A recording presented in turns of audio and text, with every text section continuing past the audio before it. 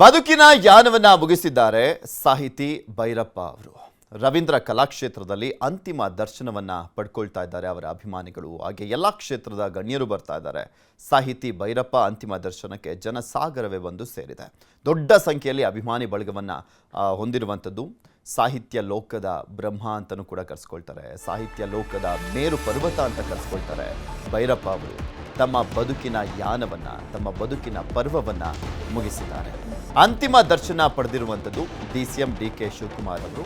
ಮಧ್ಯಾಹ್ನ 3 ಗಂಟೆಗೆ ಮೈಸೂರಿಗೆ ಅವರನ್ನು ಕರ್ಕೊಂಡು ಹೋಗಲಾಗುತ್ತೆ. ನಿಮಗೆ ತೋರಿಸ್ತಾ ಇದ್ದೀವಿ ದೃಶ್ಯಾವಳಿಗಳಲ್ಲಿ. ಮುಖ್ಯಮಂತ್ರಿಗಳಾಗಿರುವಂಥ ಸಿದ್ದರಾಮಯ್ಯನವರು ಕೂಡ ಬಂದಿದ್ದಾರೆ. ಅಂತಿಮ ದರ್ಶನವನ್ನು ಪಡಿತಾ ಇದ್ದಾರೆ. ಈಗ ಆಲ್ರೆಡಿ ಉಪಮುಖ್ಯಮಂತ್ರಿಗಳಾಗಿರುವಂಥ ಡಿಕೆ ಶಿವಕುಮಾರ್ ಅವರು ಬಂದು ಹೋದರು. ಬಿಜೆಪಿ ರಾಜ್ಯಾಧ್ಯಕ್ಷರೆಲ್ಲ ಬಂದು ಹೋದರು. ಈಗ ಸಿದ್ದರಾಮಯ್ಯನವರು, ಶಿವರಾಜ್ ತಂಗಡಗಿ ಅವರು, ಮಧು ಬಂಗಾರಪ್ಪ ಅವರು, ಸಚಿವರ ಹಾದಿಯಾಗಿ ಶಾಸಕರುಗಳು, ಅಧಿಕಾರಿಗಳೆಲ್ಲ ಸಿದ್ದರಾಮಯ್ಯ ಅವರ ಜೊತೆಗೆ ಬಂದಿದ್ದಾರೆ.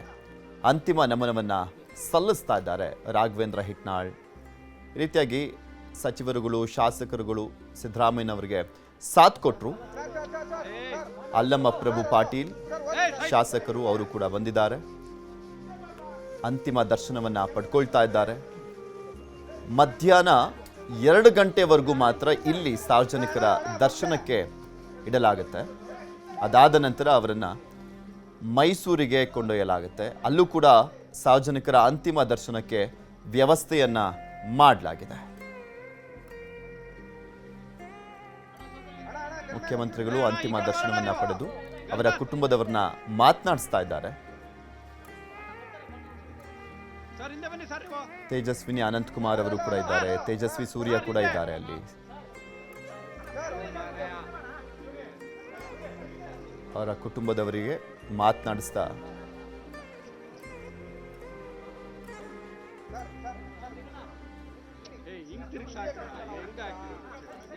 ಎಲ್ಲ ಕ್ಷೇತ್ರದವರು ಕೂಡ ಬಂದು ಅಂತಿಮ ದರ್ಶನವನ್ನ ಪಡಿತಾ ಇದ್ದಾರೆ.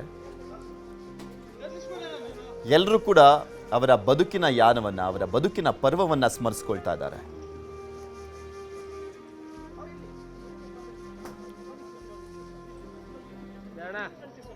ಸ್ವಲ್ಪ ಹಿಂದೆ ಬನ್ನಿ ಸ್ವಲ್ಪ ಹಿಂದೆ ಸಿಂಗಣ್ಣ ಏ ಮೊಬೈಲ್ ಸರ್ ನಿಮಗೆ ತೋರಿಸ್ತಾ ಇದ್ದೀವಿ ದೃಶ್ಯಾವಳಿಗಳಲ್ಲಿ ಗಮನಿಸಬಹುದು. ಮುಖ್ಯಮಂತ್ರಿಗಳು ಅಂತಿಮ ದರ್ಶನವನ್ನ ಪಡೆದು ಅವರ ಕುಟುಂಬದವರನ್ನ ಮಾತನಾಡಿಸ್ತಾ ಸಾಂತ್ವನವನ್ನ ಹೇಳ್ತಾ ಇದ್ದಾರೆ.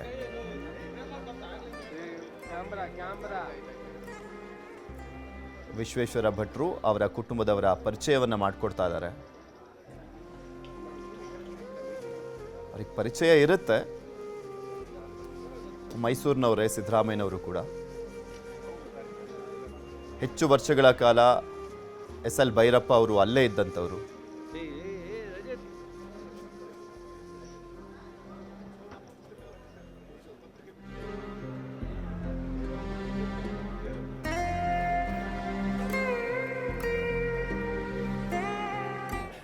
ಸಮಕಾಲೀನ ಸಾಧಕ ಶ್ರೇಷ್ಠರು ಎನ್ನುವುದರಲ್ಲಿ GB ಹರೀಶ್ ಕಿಂಚಿತ್ತು ಸಂಶಯ ಇಲ್ಲ. ಆ ದಿವ್ಯ ಸಾರಸ್ವತ ಚೇತನಕ್ಕೆ ದೇವರು ಸದ್ಗತಿಯನ್ನು ಕರುಣಿಸಲಿ ಎಂದು ಪ್ರಾರ್ಥಿಸುತ್ತೇನೆ.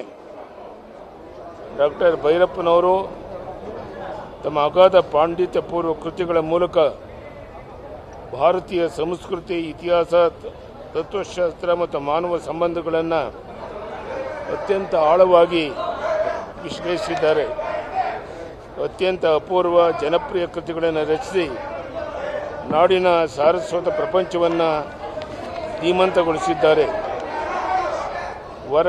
ವಂಶವೃಕ್ಷ, ಪರ್ವ, ಸಾರ್ಥ, ಆವರಣದಂಥ ಕೃತಿಗಳು ಕನ್ನಡ ಸಾರಸ್ವತ ಲೋಕವನ್ನು ಶ್ರೀಮಂತಗೊಳಿಸಿದೆ.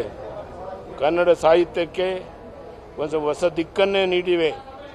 ಹೊಸ ಓದುಗರನ್ನು ಸೃಷ್ಟಿಸಿವೆ.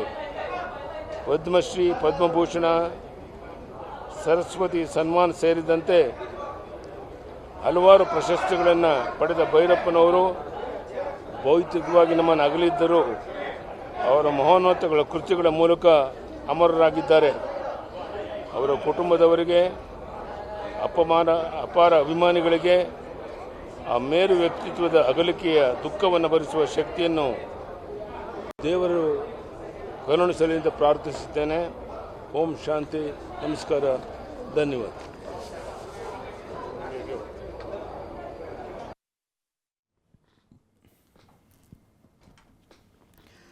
ಮಾಜಿ ಮುಖ್ಯಮಂತ್ರಿಗಳಾಗಿರುವಂಥ ಯಡಿಯೂರಪ್ಪನವರು ಕೂಡ ಬಂದಿದ್ರು. ಅವರು ಅಂತಿಮ ದರ್ಶನವನ್ನು ಪಡೆದು ಅವರನ್ನು ಸ್ಮರಿಸಿಕೊಂಡು ಮಾತನಾಡಿದ್ರು.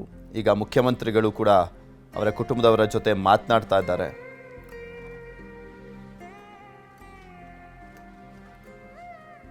ಏನಾಯ್ತು ಏನು ಎತ್ತ ಅನ್ನುವಂಥದ್ರ ಬಗ್ಗೆ ಎಲ್ಲ ವಿಚಾರಿಸ್ತಾ ಇದ್ದಾರೆ. ಇನ್ನೂ ಒಬ್ಬರು ಮಗ ಬರಬೇಕು. ಅವರು ಒಬ್ಬ ಮಗ ಮತ್ತೆ ಎಸ್ ಎಲ್ ಭೈರಪ್ಪ ಅವರ ಪತ್ನಿ ಅವ್ರ ಜೊತೆನೂ ಕೂಡ ಮಾತನಾಡ್ತಾ ಇದ್ದಾರೆ. ಮುಖ್ಯಮಂತ್ರಿಗಳ ಜೊತೆಗೆ ಸಚಿವರುಗಳು, ಶಾಸಕರುಗಳು, ಸಂಸದರು ಕೂಡ ಇದ್ದಾರೆ.